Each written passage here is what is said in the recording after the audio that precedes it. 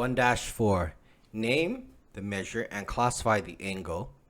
Number 9. Name all the angles in the image and classify them as right, acute, obtuse, or straight. I'm trying to color code this the best that I can, okay? If we pick point P, then we go to M, then we go to Q. That makes us our first one, which is angle PMQ. And that looks acute because it is small. Then the next one we can pick is from QMR. That is QMR. That's also acute.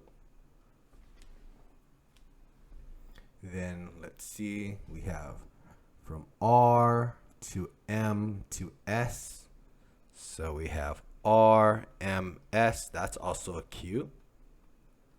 Then our last one here, that's acute, is the SMT part.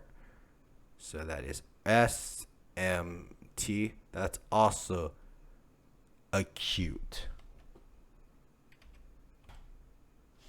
I reset the image here. So from here, I just reset it so it's cleaner, so we can now look for the bigger ones. All right, so let's change the color. So we have from P to M to R. Okay, so that's PMR. That looks right. Then we have, let's look for another right. We have, let's see, make that purple, RMT. So that's RMT. That looks also right. Okay, so those are our two rights. There's one more. There's something in the middle here from QMS. So we have QMS. That's interesting. We would need a protractor for that one. So that's unknown. That looks, is it obtuse? Yeah, I think that looks obtuse.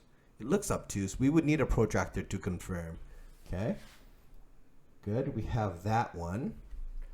And so we have our two rights. QMS looks obtuse. Okay.